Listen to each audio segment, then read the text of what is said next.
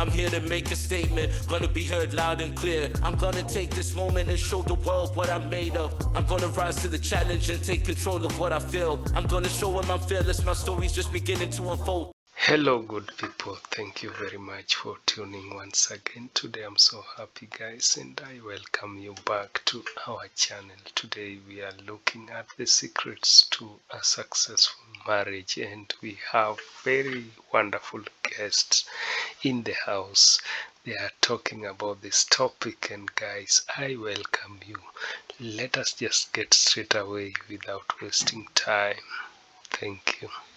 Andrea asks a question which I think a lot of people have absolutely no framework for, because we live in an era of the collapse of marriage in our society. The complete sort of breakdown of the family unit that you were describing a moment ago, Dr. Peterson. And so Andrea asks, what is the secret to a healthy and happy marriage? I think it's actually a very well composed question. A healthy and happy marriage. Drew, start with you. Yeah, I got 42 years, and my wife,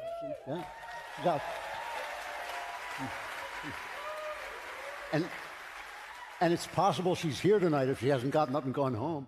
But I used to answer that it was simple politeness, treating each other with kindness. But then I realized what I was really saying is that it's gratitude. It is gratitude for the invisible things that your spouse does for you every single day, and does for you simply by existing, and including her and including him in your own achievements and in your own ego. My wife is as much a part of my ego as I am. Her pain is my pain. Her joy is my joy. I hope she feels that way about me. And I think that takes time to establish. And kindness and gratitude are the way to take that time until you're so much one entity that you just feel with each other and care so much for each other that you're there for one another when you need them. Can we go around this way? Because I don't want to have to go after Jordan Peterson. Okay, good. I'll allow it. I think, I think that's all right. I think, actually, to be honest, I was going to say gratitude, so I actually have nothing to say now.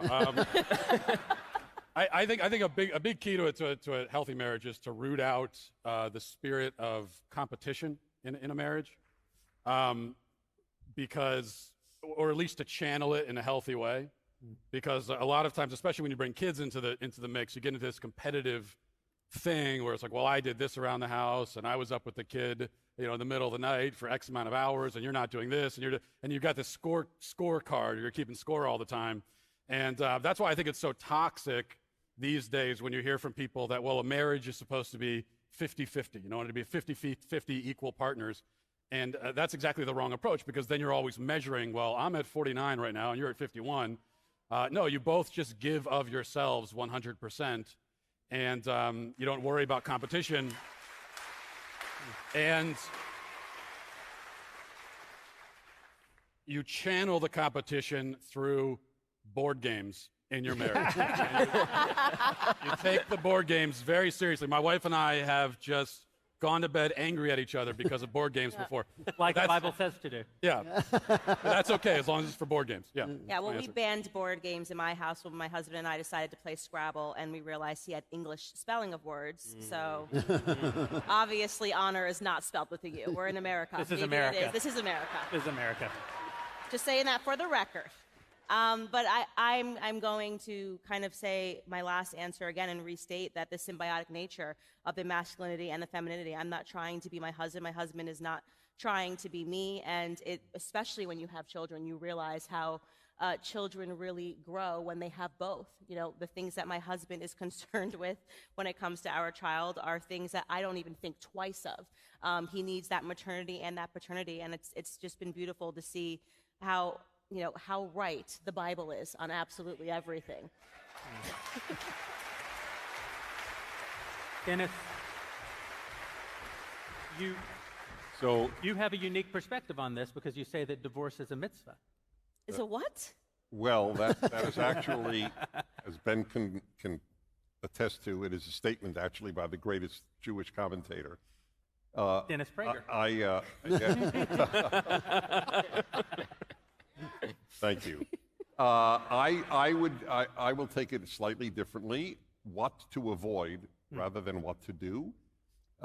And there are two things that I think people need to avoid, and not in order of importance. One is taking the other for granted. I think that people should date for the rest of their lives. When you try to win that person to be your spouse, look at how much you did. Make sure how you looked, how you acted. Everything about you was, I want to win this person. Then you win that person, and then within a year or 10 years or 20 years, it all goes to hell. I stop trying to win this person. My favorite English verb is earn. It's one of the only languages in the world that has the word earn. In all Latin languages, you say, I win an income. In America, in English, you say, I earn. The other one is my happiness thesis, that you are not allowed to inflict your bad mood on others any more than you can inflict your bad breath on others. You are obligated to wash away your bad mood just as you wash away your bad breath.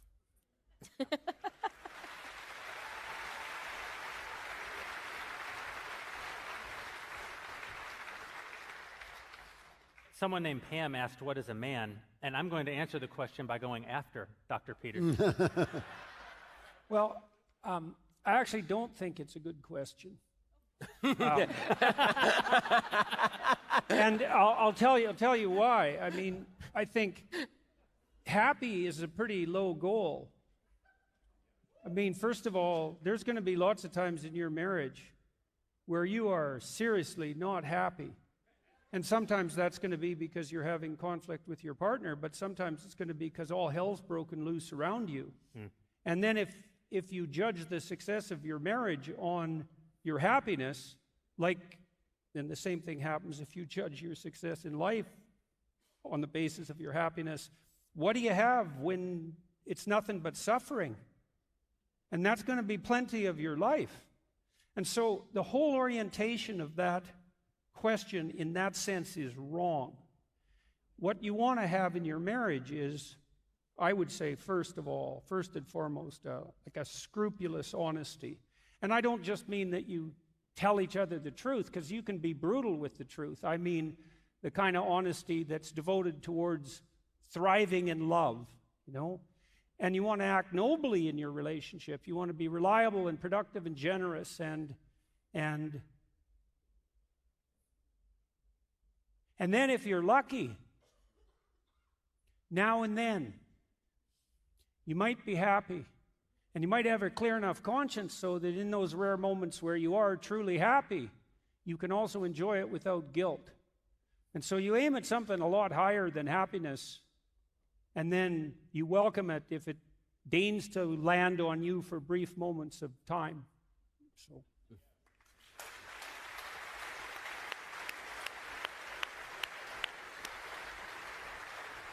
I never figured you for a Catholic. Yeah, well, I've got all the guilt, you know.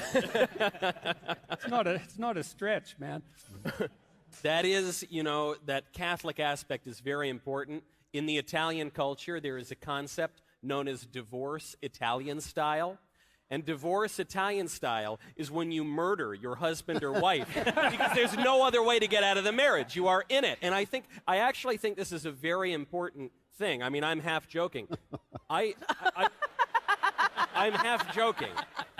If I ever end up separated in my marriage, it will be at knife point by my wife. It will not be, because I think if you both go into a marriage agreeing on what it is, on what the institution is, and you say, look, we're in it, we're not going to leave it, this is, no matter how terrible and miserable it might seem at times, we're just going to be in it, for better or for worse. Yeah.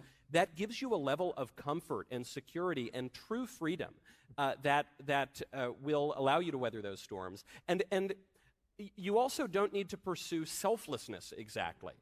In a way, you're sort of pursuing the opposite. You're pursuing a sort of selfishness in that you are viewing your spouse as part of your flesh. A man and a woman leave their families. They come together in one flesh.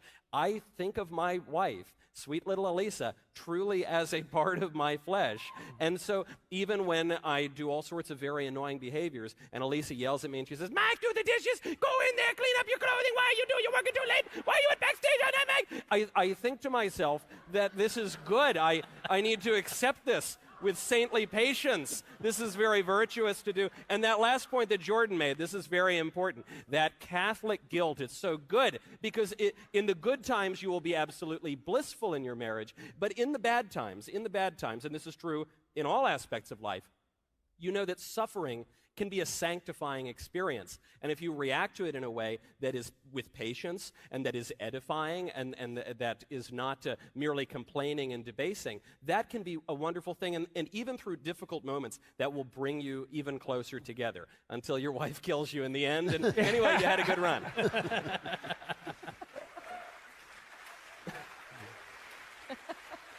So, like Michael, if my marriage ends, it will be because my wife murders me, both because she is a doctor and can get away with it, and and also because the life insurance money is just extraordinary. But, you know, to take, I think, something that hasn't been taken, it's hard to be the last person except for Jeremy, and who cares what Jeremy has to say? So one thing that I think people tend to fall prey to is that men tend to think that the things that their wife wants are the things that they would want, and women tend to think that the things their husband wants are the things that they would want. And failing to recognize that men and women are wildly different and have very different priorities leads to some pretty bad things. I have so many stories that are like, I mean, the purest example of this that I can think of is there's one time my wife came to me and she had some sort of problem, and I did what men do. I said, okay, so here's a bunch of solutions. And men, right? Oh. Yeah, I see that, Candace. So that's correct. Is it And really a bad It's a idea? bad idea. because men are solution-oriented, right? If they hear a problem, men like to fix things. They like machines. They like to fix things. And so my wife presented me with the problem, and I said the natural, normal, logical thing that men do. And I said, here's a solution, and she got mad. And I realized at that point that what she didn't want was a solution. What she wanted was for me to hear her. Yes. To hear her. Yes, the comfort. The emotion. Even I. And so at that point, we set up a rule in my home. And the rule goes like this. When my wife comes to me with a problem, I say to her, is this a solutions problem, or is this a conversation where you want me to hear you? And my wife has been kind enough, knowing my shortcomings, to actually abide by this rule and answer the question straight, that she doesn't actually want the problem solved. One other example of this sort of disconnect, because I think the truth is that I think that what women actually want, to speak for women as I'm an expert. I mean, I could be one. I mean, it could be anything. What women predominantly want is to be heard and protected by the man that they are with. They want to be heard, and they want to be understood, and they want to be protected by the man that they are with. And because that is the best characteristic of both the husband and father. And what men want is respect, food, and sex. Those are the things that men want. It isn't that difficult. We're real simple. So all you ladies are like, man's a mystery. He's not a mystery. I promise you, you provide him all three of these things, and he will be a happy camper. My wife came to me at one point, and she said to me, she's on the phone with a person who shall remain nameless, a female friend of hers who shall remain nameless. And this woman, her husband, she'd been working a lot, and her husband had been working a lot, and she was in the middle of a very difficult work project, with a bunch of kids at home, and her husband would come home, and he'd be taking care of the kids. And he was getting grumpier and grumpier about this, as men are apt to do. And she was talking with my wife on the phone, and she said, what should I do? And my wife said, you should buy him some flowers, get him a card, tell him how much what he's doing means to you. And I motioned desperately, you need to, it was on speakerphone, which it shouldn't have been. And I motioned desperately to mute the phone. And she muted the phone. And I said, no, you need to bleep him. And I said to my wife, you're thinking like a woman would think, right? Because if you want to feel appreciated, you don't want that. What you want me to do is buy you some flowers and write you a card and talk about how wonderful you are and how grateful I am. And my wife, being a woman of good sense and practicality, nodded firmly, took off the mute, and said, go home and sleep with your husband. And it was good for the marriage, as it turns out.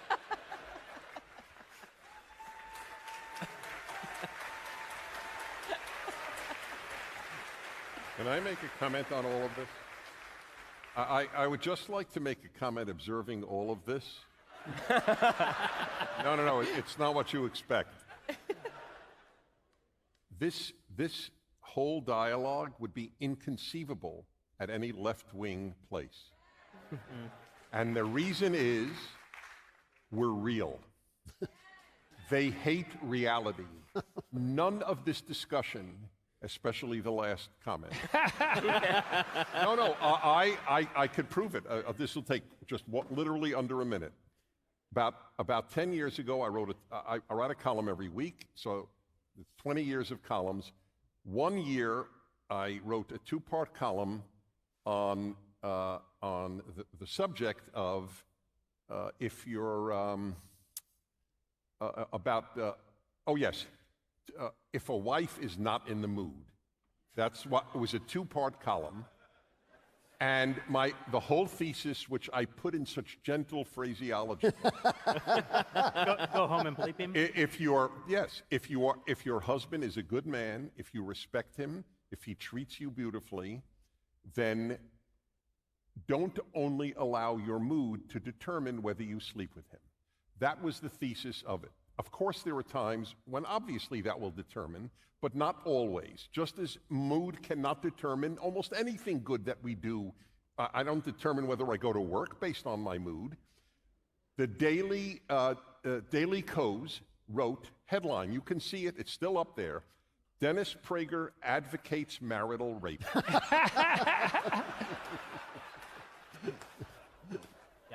They hate reality. So one of the practices that my wife and I have that really helped us a tremendous amount more recently when we were both recovering from very serious illnesses is we had instituted a policy of regular dates. And probably 25 years ago, maybe longer, and that was at her impetus. I was resistant to the idea to begin with, but not for long. And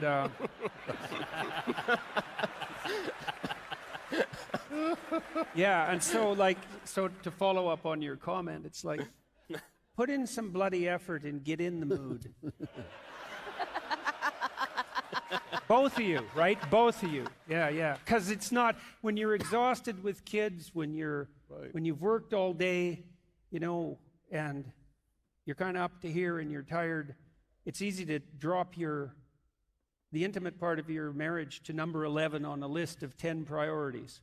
And then that's just not a good long-term strategy. And so when you're an adult with adult responsibilities, you have to carve out the time and you have to make a willful effort. And as Dennis just pointed out, that's way too important to have it depend on something like unpredictable and arbitrary whim.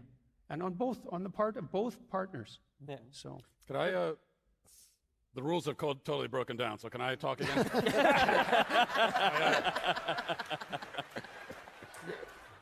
After listening, I just want to give one other, because after listening to all this, I feel like my answer should be more sexist, like the rest of you.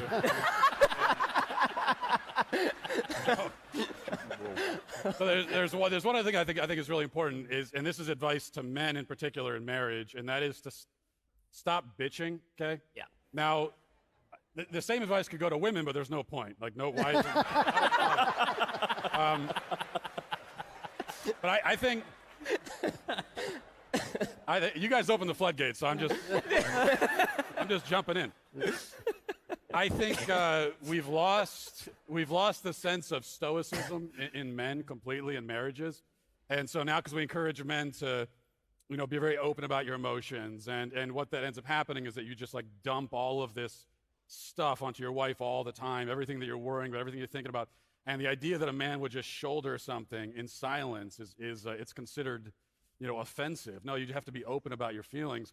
One of my favorite stories in the Gulag Archipelago, Solzhenitsyn. A sentence that has never before been uttered. Yeah. One of my favorite stories. little anecdote. By the way, this is a story that I told my brother the day before his wedding. I was his best man. So that's true. there's a man who's at a Soviet labor camp, and he's sentenced to die. And why are you guys laughing? Trying to tell a serious story.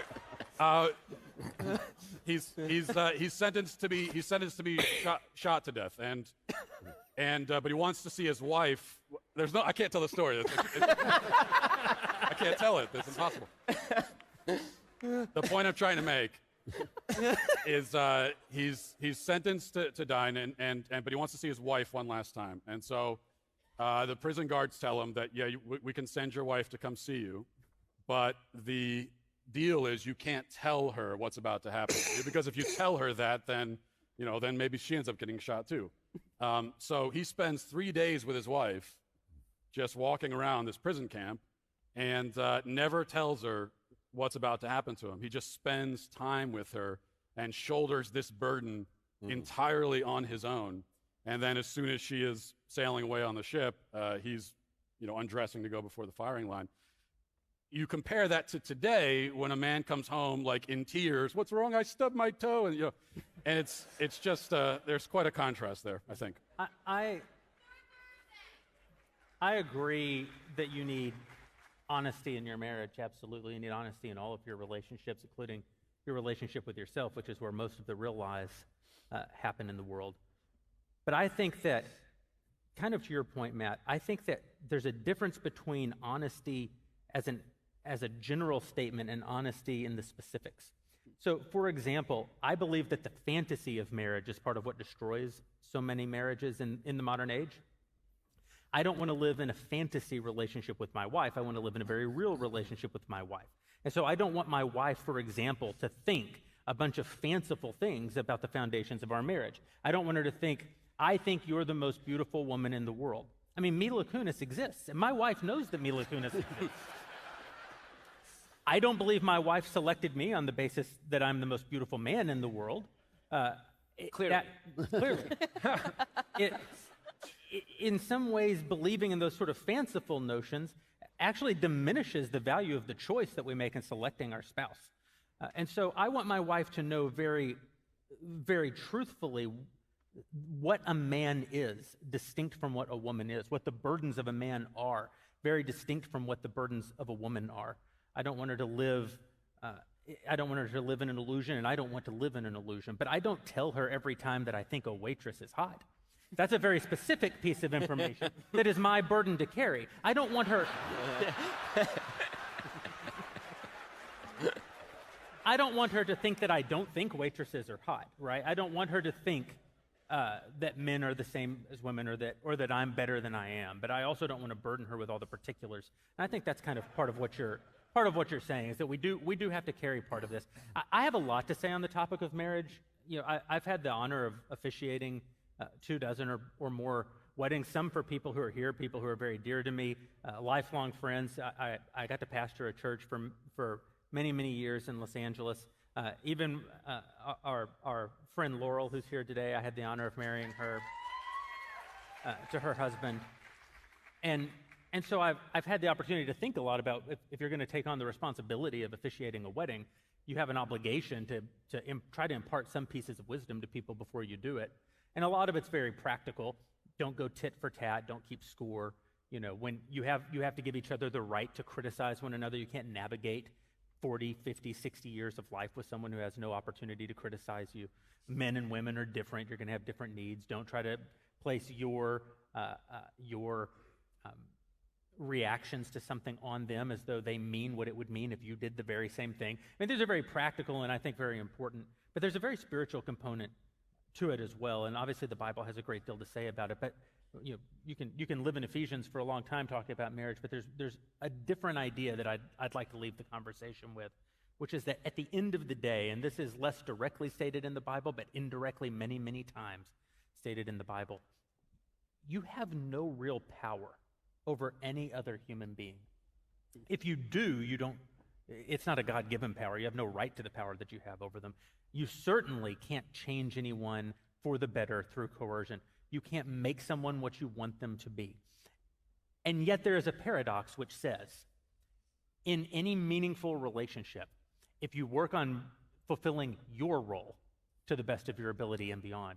If you work on bettering yourself, if you work on putting into a relationship all that you can, it's not a recipe that says, if you do this, it will change them.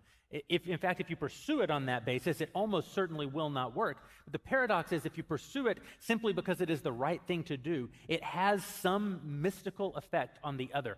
It's almost as though there's a God and he knows the heart of man, and he knows the difference between things that are motivated out of the good and things that are motivated out of only the selfish.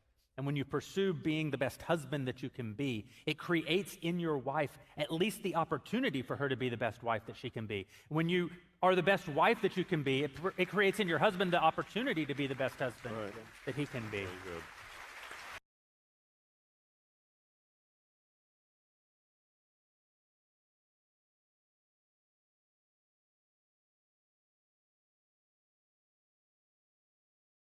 Oh, that was a great discussion from the great minds.